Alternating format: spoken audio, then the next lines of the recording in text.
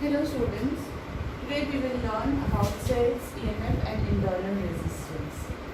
Though this is not a solid topic, but you need to understand this to understand KVL, KCL and EMF is one very misunderstood topic.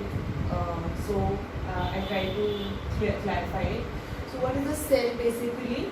A cell is a device which provides energy to all the components of the circuit. Which energy? Electrical energy. So a cell provides electrical energy. If you have any circuit like this and you want that current should flow in the circuit, what you do? You connect it across a cell. So this is positive and negative terminal of a cell. A cell does not create charge, remember, it does not produce electron or charges to move in the circuit to generate current. We say that whenever positive terminal and negative terminal are connected across two ends of a circuit or a resistance and there is a closed path, then current will start flowing. So the battery or the cell doesn't produce charge. It only gives energy to the charge to go once round the complete circuit. Let's look at the chemistry of this cell. All of you know what is an electrochemical cell. It consists of a container, two electrodes. Okay, one is known as an anode. It is called this as anode and this is cathode. There are two electrodes. Then there is an electrolyte. Okay, electrolyte, and this becomes an electrochemical cell. Now here some redox reactions take place. You must have studied all this in chemistry. I know you will be studying all this since 9th in chemistry. So due to the redox reactions, what happens that at the anode oxidation takes place at the anode and all the negative, that means negative ions, get deposited on the anode, and at the cathode reduction reaction takes place and all the positive ions get accumulated at the cathode. Okay, now these two electrodes are oppositely charged. When you connect these two electrodes by connecting wires, like you've connected two connecting wires, if you try to measure the potential difference, because there are two opposite potentials, one rod is positively charged, one rod is negatively charged. If you measure the potential difference of across these two, that means in an open circuit without connecting any resistance, any circuit, then whatever this voltmeter will read, that will be the EMF of the cell, the electromotive force of the cell, the exact potential difference which is between these two electrodes. Okay, but if you connect a circuit with a resistance R, now here this resistance, in this resistance R there will be a potential drop. Okay, so if you want to find out the potential drop, this is just like this circuit. In place of this two lines, we have connected a cell. Actually we connect a cell only here. So without the resistor, this circuit would look like this. This is an open circuit. Okay, cell in an open circuit.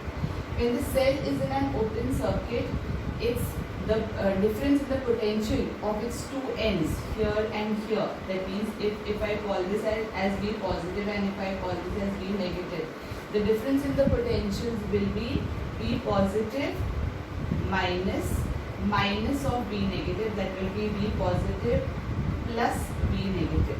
Okay, so this will be the total EMF. Like for example, you take a cell, a battery of 1.5 volt, and if you measure if you have this cell, okay, and this is the positive terminal of the cell and negative terminal of the cell.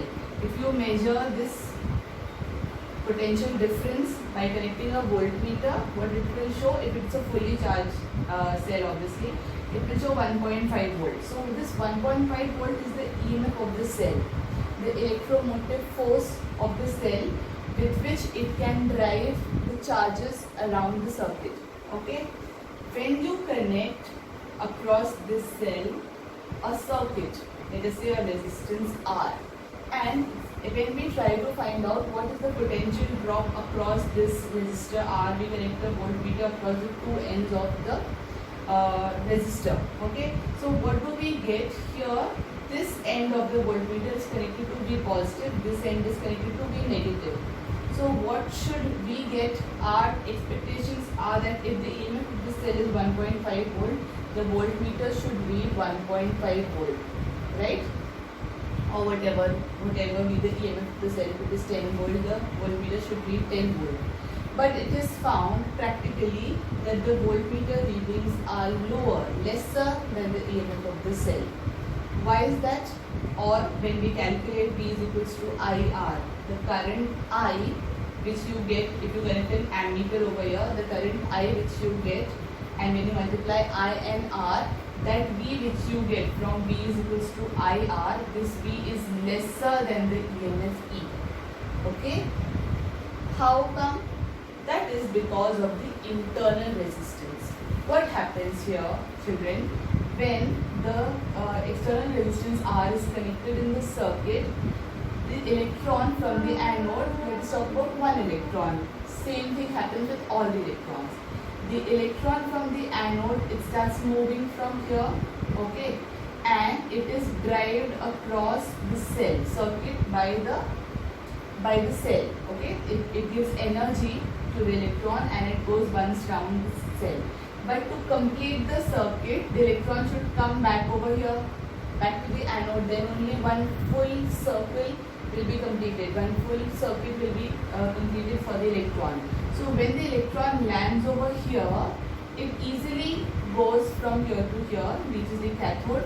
But from the cathode, when it has to go to the anode, then it gets a lot of obstruction, a lot of resistance.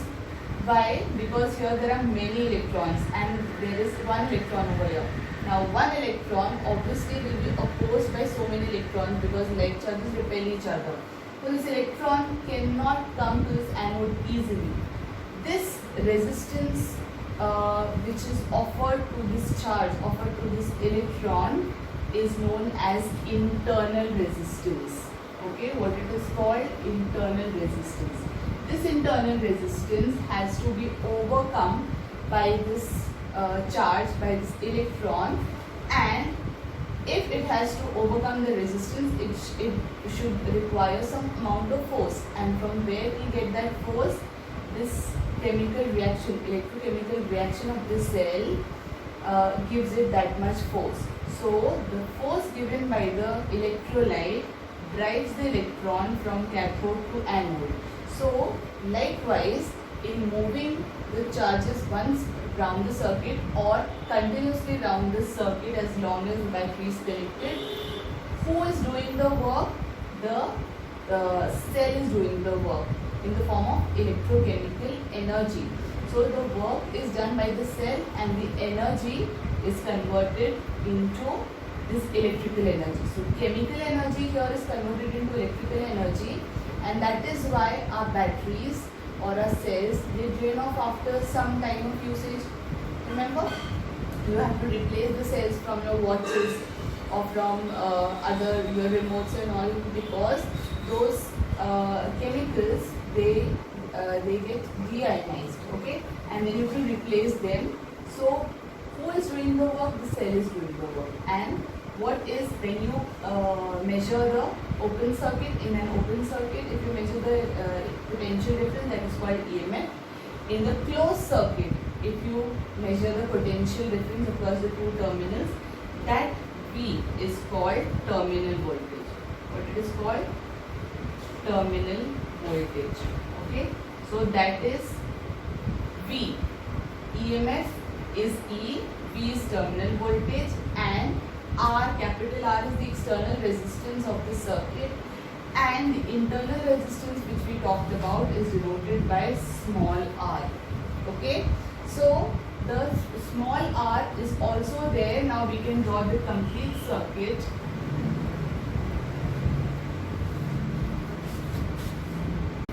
So we can draw the complete circuit like this. This is the external resistance R. This is the cell, okay. Near the cell only the internal resistance is always shown and it is denoted by small r. It is inside the cell, the resistance, this resistance is inside the cell, but in the symbolic form, it is shown outside the cell and it is shown close to the cell. Its value is less from 1 to 4 ohm, okay, and it is shown always attached to the cell, right? So here this is our complete circuit. Now if this is plus minus, okay, of the cell, then whatever be the resistance, now the total resistance of the circuit becomes R plus R, okay, and this is V.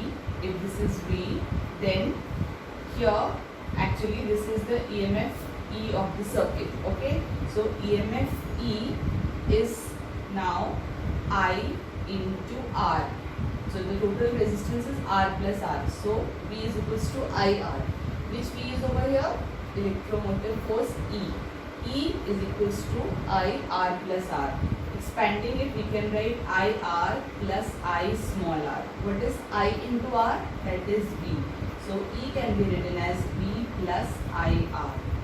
This is very important formula, or you can call it a relationship between electromotive force EMF, the terminal voltage and the internal resistance. Small r is the internal resistance, V is the terminal voltage and E is the electromotive force of the cell. Okay, so you can write from here I into R plus R is equals to E, or I is equals to E upon R plus R also you can write. Okay, so you have two formulas, E is equals to V plus IR, or you can write V is equals to E minus IR also from here. Okay, so the terminal voltage V is lesser than the EMF by an amount IR. I is the current drawn by the cell and R is the internal resistance. So how do we calculate V? We calculate V is equals to IR. But this V is lesser than what we get from this E. By how much amount? By IR. So here V is the terminal voltage, E is the EMF, I is the current, total current drawn by the circuit, and R, small r, is the internal resistance. You can write this V as IR. So you have all these formulas. Okay. Now once you know this, now we can proceed to KCL and KVL, which we will study in the next